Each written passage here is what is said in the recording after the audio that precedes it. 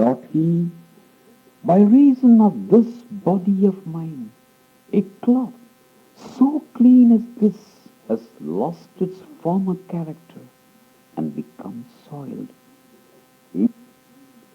Impermanent indeed are all existing things. Thus did he acquire the concept of impermanence.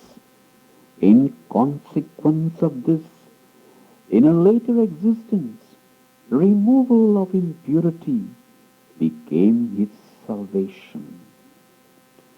Jivaka Komarabacha offered water of donation to the possessor of the 10 powers.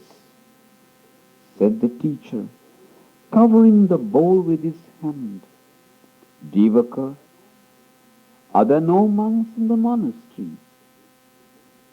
Big Wayman replied, no, Reverend Sir, there are no monks in the monastery. Said the teacher, but Jivaka, there are. Very well, said Jivaka, and sent a man to find out. Said he, go to the monastery and find out whether or not there are any monks there. At that moment, little Wayman said to himself, my brother says there are no monks in the monastery. I will show him that there are monks in the monastery. And forthwith he filled the whole mango grove with monks.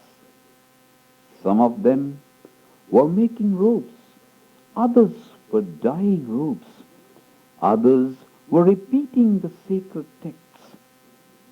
Thus did little Wayman create by psychic power 1,000 monks, each different from every other.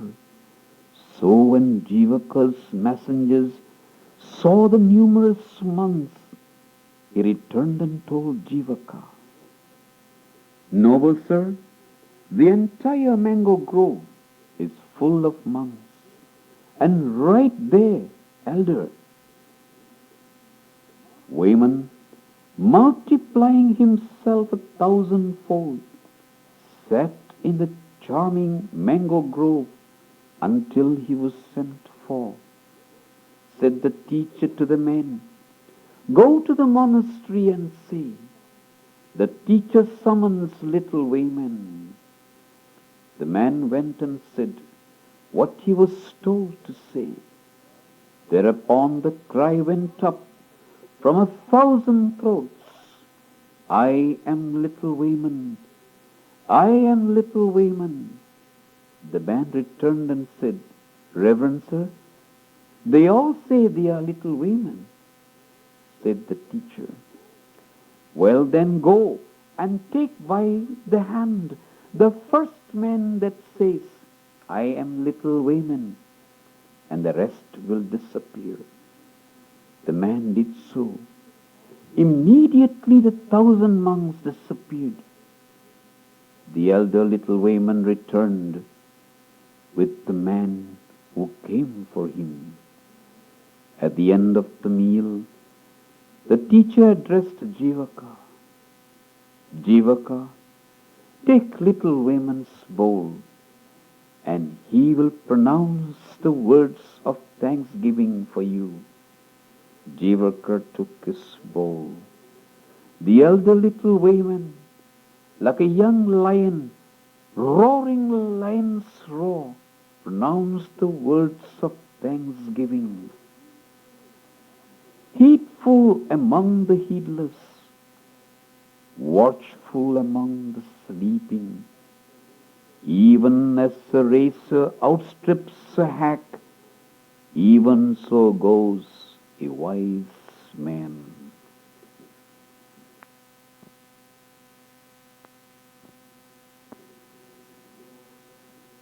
Namo tassa bhagavato arahato samma sambuddhassa. Namo tassa bhagavato arahato samma sambuddhassa. Namo Namo tassa bhagavato arahato samma sambuddhassa. Dhammapada Stories, Part 1. Book 2, Story 7. Sakka Deawraja.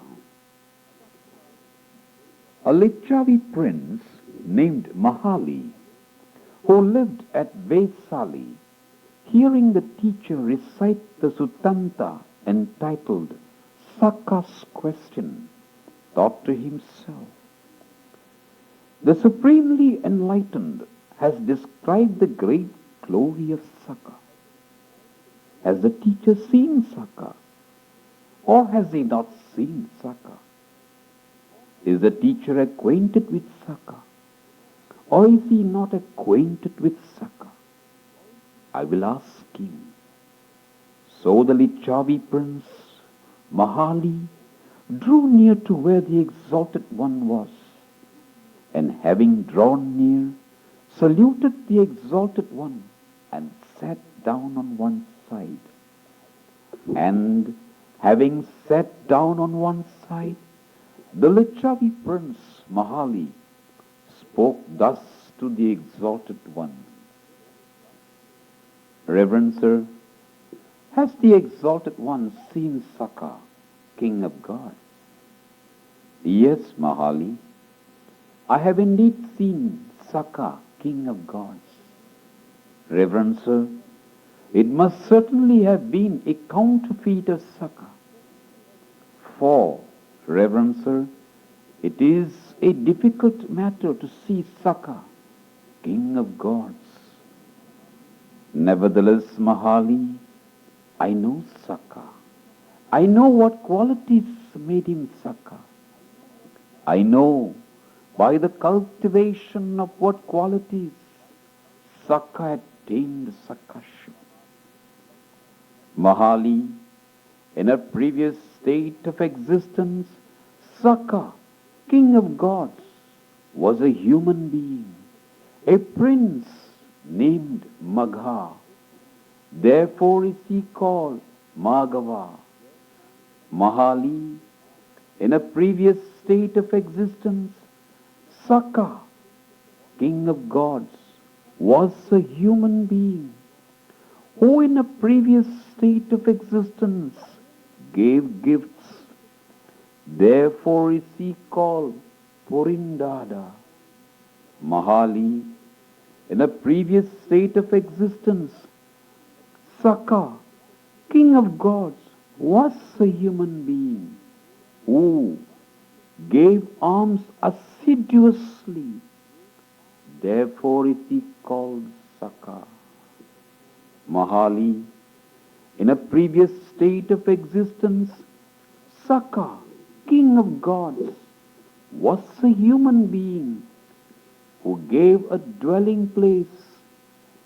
Therefore is he called Vasava. Mahali, in a previous state of existence, Sakka, King of Gods, was a human being who could think of as many as 1,000 things in an instant. Therefore is he called Sahasakka. Mahali, Sakka, King of Gods, has an Asura maiden named Sujata to wife. Therefore is he called Sujampati. Mahali, Sakka, King of Gods, bears sway as Lord and Master over the gods of the 33.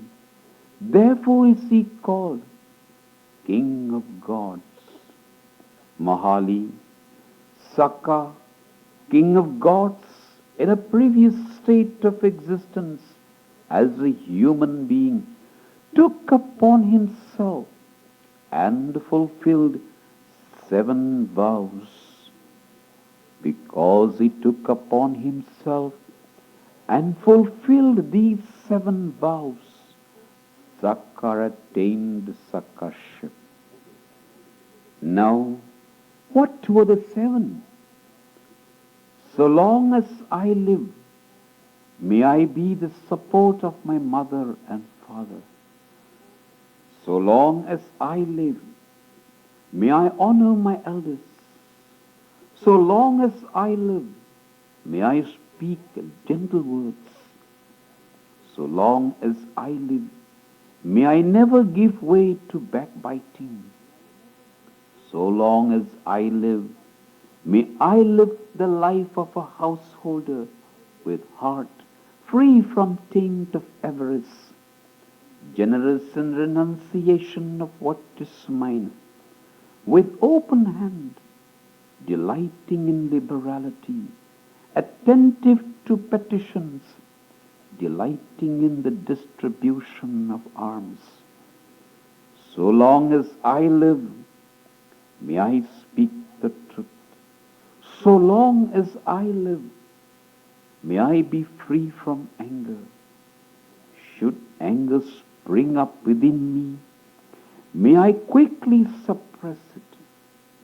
Mahali, Sakka, king of gods, in a previous state of existence, took upon himself and fulfilled 7 vows. Because he took upon himself and fulfilled these 7 vows, Sakka attained Sakkarship. If a man support his mother and father, if he honor his elders in the household, if he be gentle and friendly in conversation, if he avoid backbiting, if he steadfastly put away avarice, if he be truthful, if he suppress anger, such a man the gods of the 33 call a good man. When the teacher said, this Mahali was what Sakka did in his previous existence as Prince Magha. Mahali, desiring to hear the whole story of his conduct, asked the teacher, Reverend Sir, how did Prince Magha conduct himself? Well then, said the teacher, listen. So saying, he related the following story of the past, how Magha became Sakka. In times long past, a prince named Magha lived in the village of Makala, in the kingdom of Magadha. One day, he went to the place where the business of the village was carried on, removed with his foot the dust from the place where he stood, and having made a comfortable place for himself, stood there. Thereupon another struck him with his arm, pushed him aside, and took his place. For instead of becoming angry at the man, he made another comfortable place for himself and stood there. Thereupon another struck him with his arm, pushed him away, and took his place. But neither did he allow himself to become angry at this man. He merely made another comfortable place for himself and stood there. In like manner, one man after another came out of his house, struck him with his arm, and pushed him away from the place which he had cleared for himself. The prince thought to himself, all these men appear to be pleased. Since this work of mine conduces to the happiness of men, it must be a meritorious work. So on the following day, He took a spade and cleared a space as big as a threshing floor, whereupon all the men came and stood there. In cold weather, he built a fire to warm them, so that the place became a favorite resort for all. Then he thought to himself, "It behoves me to take upon myself the task of making the road smooth and even." So early in the morning, he started out to make the road smooth and even, cutting down and removing all the branches of trees that needed to be removed. Thus did he spend his time.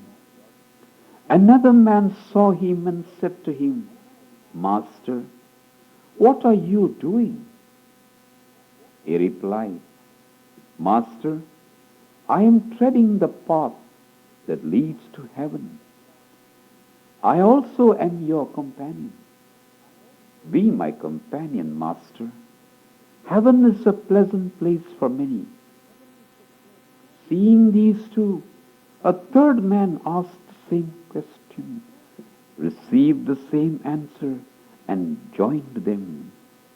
Then a fourth, then a fifth, until finally there were 33.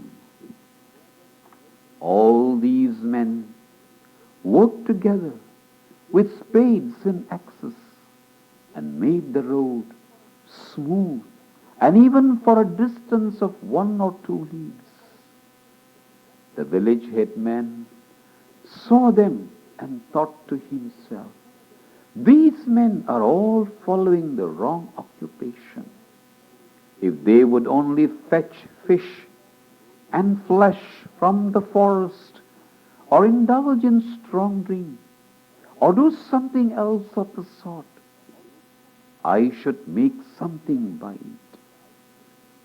So he sent for them and asked them, "What is it you are doing?" "Treading the path to heaven, Master." "That is no proper occupation for men living the lives of laymen. What you should do is to bring fish and flesh from the forest, indulge in strong drink, and have a general good time." But they refused to follow his suggestion, and the more he urged them, the more firmly they refused to do as he suggested. Finally, the village headman became angry. "I will destroy them," said he. So he went to the king and said to them, "Your Majesty, I see a band of thieves going about committing depredations."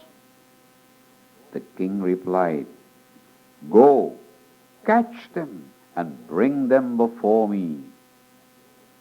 So the village headman arrested the 33 youths and haled them before the king. Without instituting an inquiry into their conduct, the king gave the following order: "Cause them to be trampled to death by an elephant." Thereupon Magha admonished his companions as follows: "Friends, we have no refuge but love. Therefore, let your hearts be tranquil. Cherish anger towards no one. Let your hearts be full of love for the king and the village headmen and the elephant that tramples you under his feet." The 33 youths followed the admonition of their leader. Such was the power of their love that the elephant dare not approach them. When the king heard of this, he said, if the elephant sees so many men, he will not venture to trample them under his feet. Have the man covered with heavy matting, and then order the elephant to trample them. So the village headman had the men covered with heavy matting and drove the elephant forwards to trample them. But when the elephant was yet a long way off, he turned around and went back. When the king heard what had happened, he thought to himself, there must be some reason for this. So he caused the 33 youths to be brought before him and asked them, friends, is there anything which you have failed to receive at my hands? Your Majesty, what do you mean? I am informed that you are a band of thieves and that you rove about the forest committing depredations. Your Majesty, who said that? Friends, the village headman so informed me.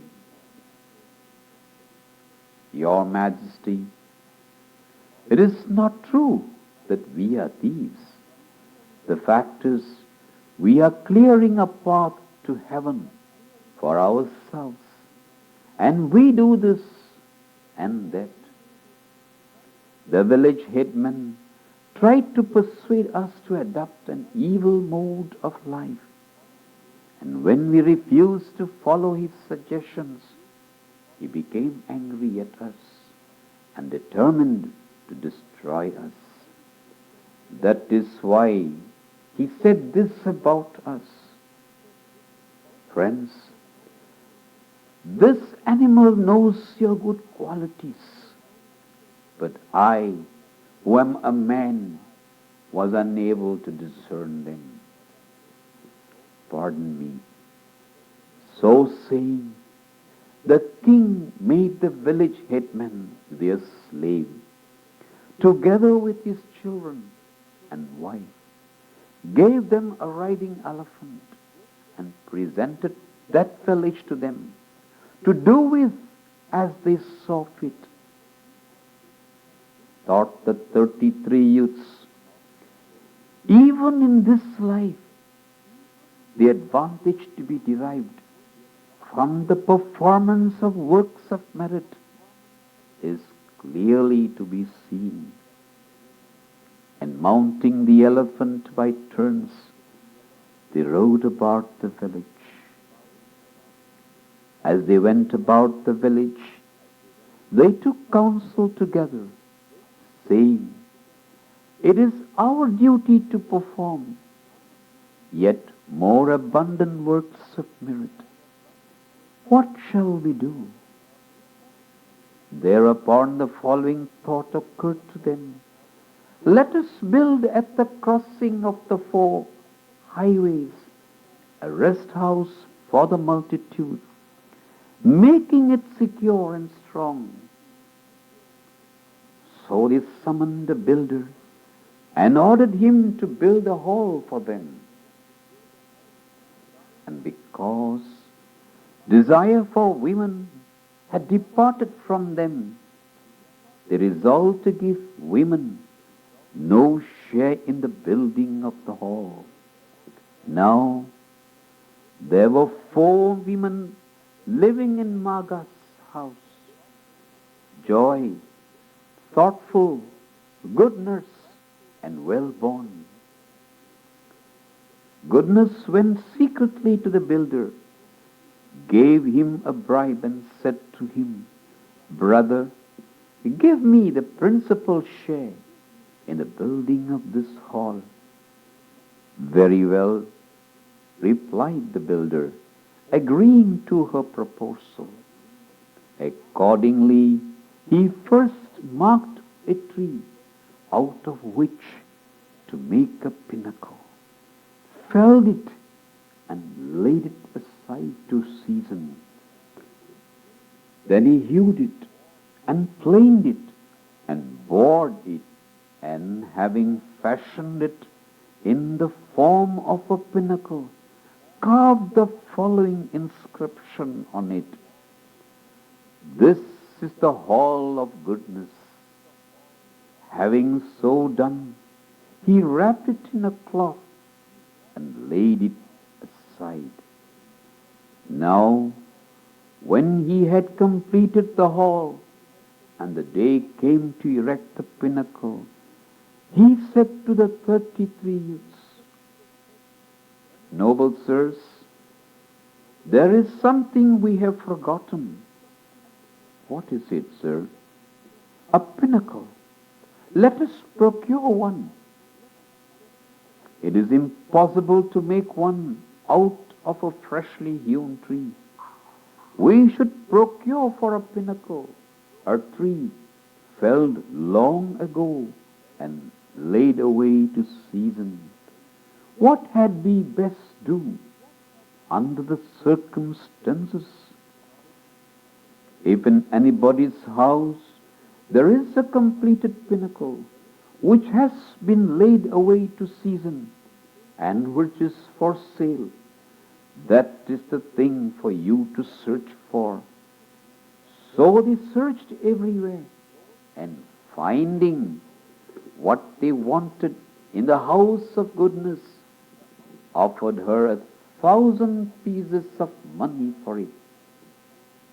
But they were unable to secure it for the price they offered. Said good nurse, "If you will give me a share in the building of the hall, I will give you the pinnacle." But they replied, "We have resolved to give women no share in the building of this hall." Thereupon the builders said to them, "Noble sirs, what are you doing? With the exception of the world of Brahma, there is no place from which women are excluded. Take the pinnacle, for if you do, our work will speedily be finished." "Very well," said they. So they took the pinnacle and completed the hall. And they divided the hall into 3 parts, reserving one chamber for kings, another for the poor, and another for the sick. Then the 33 youths built 33 seats, and having so done, gave the following orders to the elephant: "If a visitor comes and sits down in a seat, take him and lodge him in the house of whoever built and owns that seat.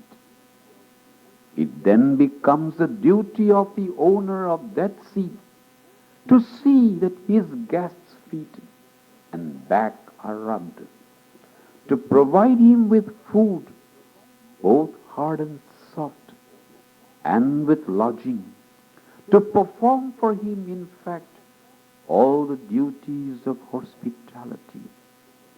Accordingly, whenever a visitor came, the elephant would take him and conduct him to the house of the owner of the seat in which he had sat. And the owner of the seat would on that day perform for him all the duties of hospitality. Maga planted an ebony tree near the hall and built a stone seat at the foot of the ebony tree. All those who entered the hall looked at the pinnacle, read the inscription, and said, "This is the hall of goodness." The names of the 33 youths did not appear. Joy thought to herself, "The youths who built this hall resolved to deprive us of our share in the building thereof. But goodness, by our own cleverness, obtained the share. I also ought to do something. What can I do? Thereupon the following thought occurred to her. Those who come to the hall should be provided with water for drinking and water for bathing. I will have a place dug for a pool. Accordingly, Joy caused a bathing pool to be built. Thoughtful thought to herself, goodness has given a pinnacle, and Joy has caused a swimming pool to be built. What can I do? Thereupon the following thought occurred to her. After those who come to the hall have drunk water and bathed, they should be decked with garlands when they are ready to depart. I will cause a flower garden to be laid out. So thoughtful, caused a beautiful flower garden to be laid out. So many and so various were the flowers that grew therein, that it was impossible for anyone to say, such and such a flower-bearing or fruit-bearing tree does not grow in this garden.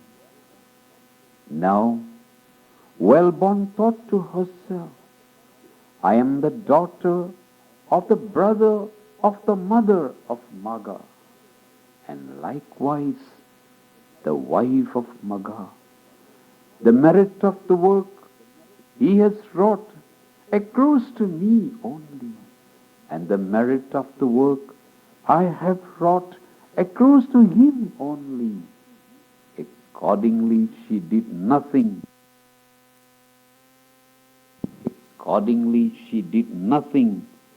But spend her time adorning herself.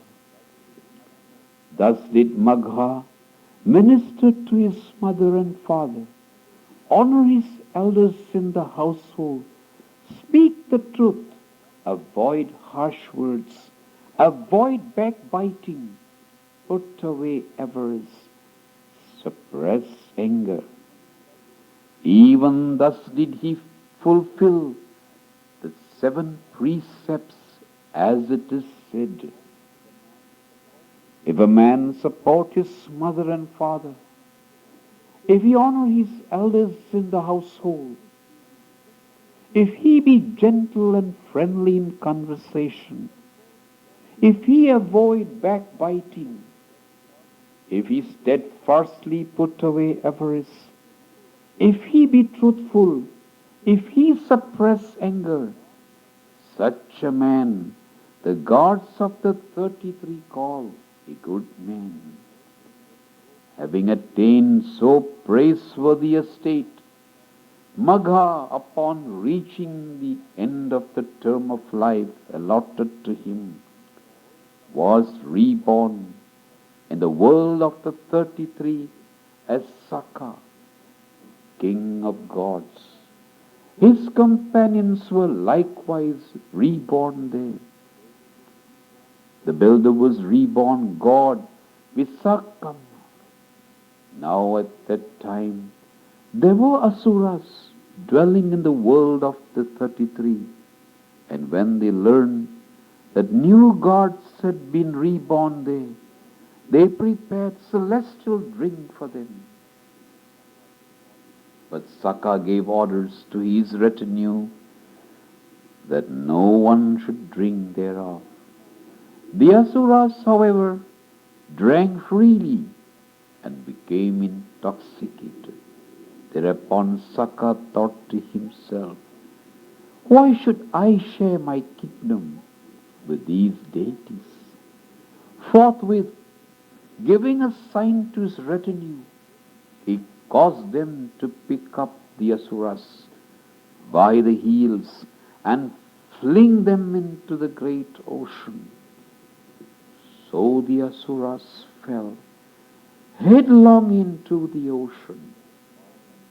By the power of their merit, there sprang up at the foot of Mount Sineru the palace of the Asuras, and the tree that is called Pied Trumpet Flower.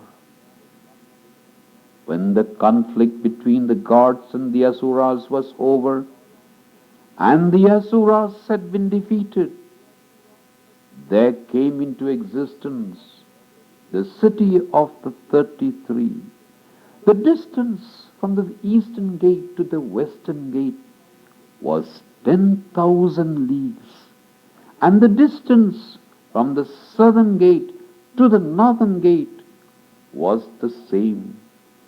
Now, this city was provided with 1,000 gates and was adorned with gardens and pools, and in the midst thereof, as the fruit of the building of the hall, there arose a palace called the Palace of Victory.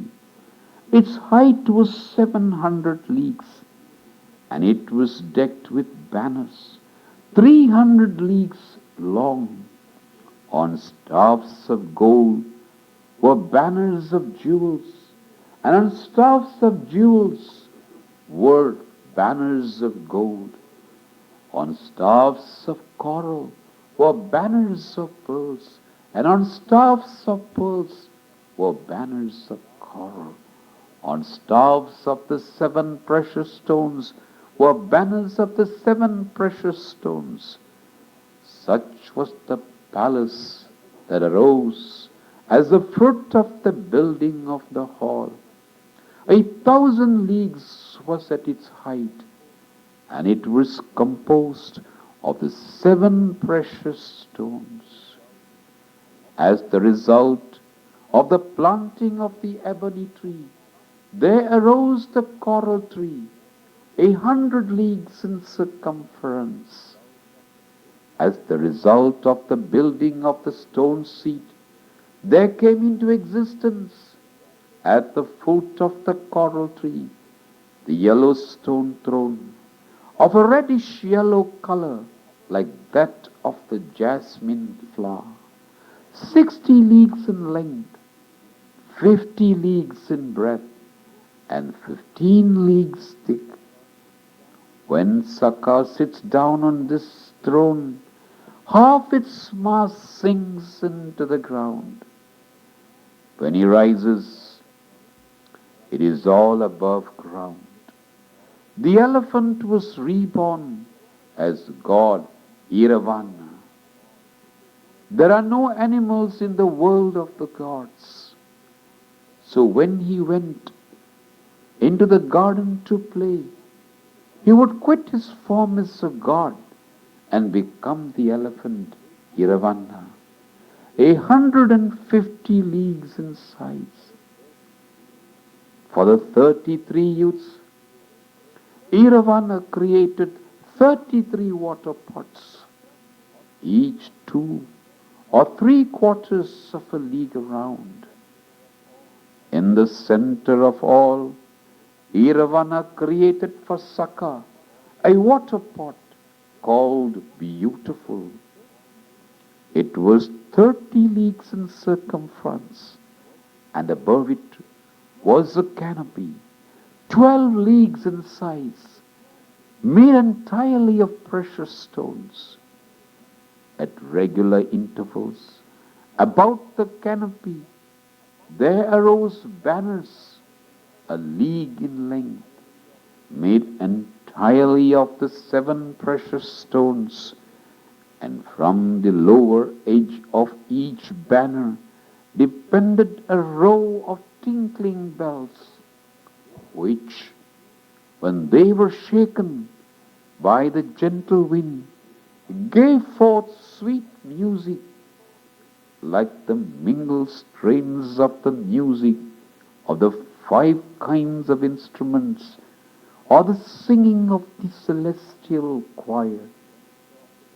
In the center of the pavilion was prepared for Sakka, a jeweled couch, a league in length. There Sakka reclined in state. Iravana created 33 water pots for the 33 gods.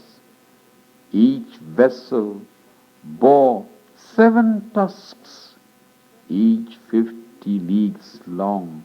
Each tusk bore 7 lotus tangs, and each lotus tank bore 7 lotus plants, and each lotus plant bore 7 flowers, each flower 7 leaves, and on each leaf danced 7 celestial nymphs. Thus on all sides, round about for a space of 50 leagues, there were dancing assemblies, poised on elephants' tusks. Such was the glory, in the enjoyment of which lived Sakka, king of gods. When goodness died, she was also reborn there, and at the same time there came into existence goodness, moot hall of the gods, 900 leagues in extent, than which exists no other place more charming. Here, on the 8th day of the month, is preached the Dhamma. Unto this day, when men behold a charming place, they say, if it is like goodness, moot hall of the gods. When Joy died, she also was reborn there, and at the same time there came into existence a lotus tank called Joy, 500 leagues in extent. When Thoughtful died, she also was reborn there, and at the same time there came into existence Thoughtful's creeper grove, 500 leagues in extent. Thither they conduct the gods, whose prognostics have appeared, and walk rejoicing. But when Wellborn died, she was reborn as a crane in a certain mountain cave. Sakka surveyed his wives and considered within himself, goodness has been reborn here, and likewise Joy and Thoughtful. Now, where has Wellborn been reborn? Perceiving that she had been reborn as a crane in a mountain cave, he thought to himself, because she wrought no work of merit, the foolish girl has been reborn as an animal.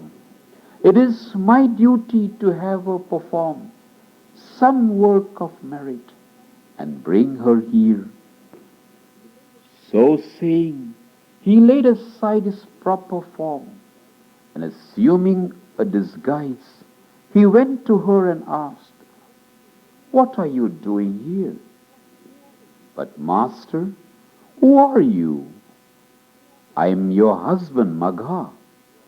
Where were you reborn, husband? I was reborn in the heaven of the 33. Do you know where your companions were reborn? No, husband, I do not. They also were reborn in the heaven of the 33 as my wives. Should you like to see your companions? How can I get there? Said Sakka, I will carry you thither. Placing her in the palm of his hand, he carried her to the world of the gods and set her free on the bank of the lotus tank named Joy. Then he said to the other three, "Should you like to see your companion well born?" "Sir, where is she?" "On the bank of the lotus tank named Joy." So the three went and looked at her. "Alas," they cried out, "see what has been the result of the noble woman's spending her life in the adornment of self. Look now at her beak, look at her feet, look at her legs. She presents a beautiful appearance indeed." Thus did they ridicule her. Having so done, they departed. Sakka went once more to her and said, "Did you see your companions?" "Yes," replied Wellborn, "I saw them. They ridiculed me and went their way. Take me back again." So Sakka took her back again, set her free in the water, and then asked her, "Did you see their celestial glory?" "Yes, sir, I did." "You also should employ such means as will enable you to obtain rebirth there." "Sir, what shall I do? If I admonish you, will you keep my admonition?" "Yes, sir, I will keep your admonition." So Sakka taught her the 5 precepts. Having so done, he said to her, "Be zealous in keeping the precepts," and departed. Thenceforth she sought after and ate only such fish as had died a natural death. After a few days had passed, Sakka determined to test her. So he went, and taking the form of a fish, lay down on the surface of the sand, pretending to be dead. When she saw the fish, thinking that it was dead, she took it in her beak. Just as she was about to swallow the fish, it wriggled its tail. The instant she discovered the fish was alive, she released it in the water. Sakka waited a little while and then lay down before her on his back once more. Again thinking it was a dead fish, she took it in her beak. But just as she was about to swallow the fish, it moved the tip of its tail. The instant she saw the fish move its tail, she knew it was alive and therefore let it go. When Sakka had thus tested her 3 times and had satisfied himself that she was keeping the precepts faithfully, he revealed his identity to her and said, "I came here for the purpose of testing you. You are keeping the precepts faithfully.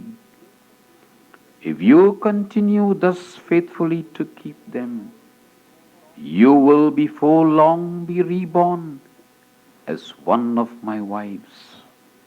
Be heedful." So saying these words, he departed. Thenceforth she used for food either fish that had died a natural death or none at all. After only a few days had passed, she shriveled up and died.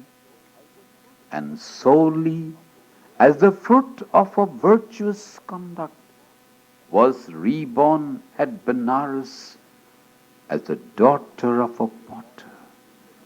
When she was about 15 or 16 years old, Sakka considered within himself, where has she been reborn? Perceiving that she had been reborn at Benares as the daughter of a potter, he said to himself, I ought now to go to her. So filling a cart with the 7 kinds of precious stones, disguised as cucumbers, he drove into the city of Benares. Come, get cucumbers, he cried as he entered the street. But when people came to him with coins in their hands, he said, I do not part with my cucumbers for a prize. On what terms do you part with them then? The people asked him. I give them to the woman that keeps the precepts. He replied, Master, what do you mean by precepts? Are they black or brown or some other color? You don't even know what precepts are, much less will you keep them. I will give my cucumbers to the woman who keeps the precepts. Master, there is a potter's daughter who is always going about saying, I keep the precepts. Give them to her. The potter's daughter said to him, Very well, Master, give them to me. Who are you? I am a maiden that has never failed to keep the precepts. For you alone have I brought these, said Sakka. And driving his cart to her house, he presented to her, in the guise of cucumbers, celestial treasure, which cannot be taken away by others. And making his identity known to her, he said, Here is the wealth sufficient for you to live on. Keep the 5 precepts unbroken. So saying, he departed. At the end of her existence, as a potter's daughter, she was reborn in the world of the Asuras as the daughter of Vepachiti, king of Asuras, a bitter enemy of Sakka. Since she had kept the precepts in 2 successive existences, she was fair of form. Her skin was of a golden hue, and she was endowed with beauty and comeliness, the like of which had never been seen. Vepachiti, king of Asuras, said to all the Asura princes who sought her in marriage, You are not fit to marry my daughter. Having thus refused to give her in marriage to any of the Asura princes, he said, My daughter shall choose for herself such a husband as she sees fit. So saying, he assembled the hosts of Asuras, and placing a garland of flowers in the hand of his daughter, said to her, Choose for yourself a husband who suits you. At that moment Sakka looked to see where she had been reborn. Perceiving what was taking place, he assumed the form of an aged Asura and went and stood in the outer circle of the assembled company. The daughter of Vepachiti looked this way and that. Suddenly, because in a previous state of existence she had lived with Sakka, she was overwhelmed as by a mighty torrent by the power of the love for him which sprang up within her, and crying out, He is my husband, she threw the garland of flowers over his head. Said the Asuras, For a long time Our king has been unable to find a husband suitable for his daughter. Now, however, he has found one. This fellow is old enough to be his daughter's grandfather. And they departed, hanging their heads with shame.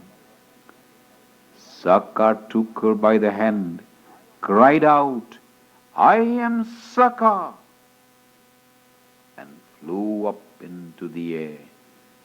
The Asuras exclaimed, We have been fooled by old Sakka, and started up in pursuit. Matali, the charioteer, brought up the chariot called Chariot of Victory, and stopped by the way. Thereupon Sakka assisted his bride to mount and set out for the city of the gods. Now when they reached the forest of the silk cotton trees, the Garuda fledglings, hearing the sound of the chariot and fearing they would be crushed to death, cried out. When Sakka heard their cries, he asked Matali, What are they that are crying? Garuda birds, sir. Why are they crying? They hear the sound of the chariot and fear they will be crushed to death. Let not so numerous a host perish, crushed by the impact of the chariot. Because of me alone, cause the chariot to turn back. Thereupon Matali gave the sign with a lash to the 1,000 Sindh horses and caused the chariot to turn back. When the Asuras saw that the chariot had turned back, they said, Old Sakka started out in flight from the city of the Asuras, but has just caused his chariot to turn back. Doubtless he has received reinforcements. And turning back, the Asuras entered the city of the Asuras by the same road by which they had come out, and never more lifted up their heads. Sakka bore the Asura maiden well-born to the city of the gods and installed her as the chief of 25 million celestial nymphs. One day well-born asked Sakka for a boon, saying, Great king, in this world of the gods, I have neither mother nor father, nor brother nor sister. Therefore, pray take me with you wherever you go. Very well, replied Sakka, promising to do for her as she had asked. Thenceforth, when the tree that is called pied trumpet flower blooms, the Asuras cry out, Now is the time when our heavenly coral tree blooms. And straightway they sally forth to attack Sakka. Therefore Sakka posts a guard to defend the Nagas and the sea below, and likewise a force protection to the Supanas and the Kumbandas and the Yakas, and likewise to the 4 great kings, and overall, for the purpose of averting disaster, he places before the gates of the city of the gods images of Indra, bearing the thunderbolt in his hands. When the Asuras, after defeating the Nagas and the other supernatural beings, approach the city of the gods and see the images of Indra, they cry out, Sakka has made a sally and flee away, and the story of the past. Thus, Mahali, Prince Magha, adopted the way of heedfulness. Because he was so heedful, he obtained such sovereignty, so exalted, and came to rule over the two worlds of the gods. Heedfulness is praised by the Buddhas and by others likewise.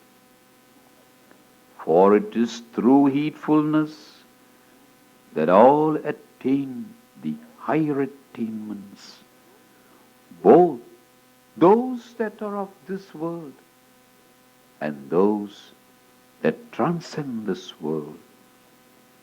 So saying, he pronounced the following stanza. By heedfulness, Madhava attained leadership of the gods. All men praise heedfulness. Heedlessness is always blamed. Read by Mr. Lingam for Reverend High and the Wave Group.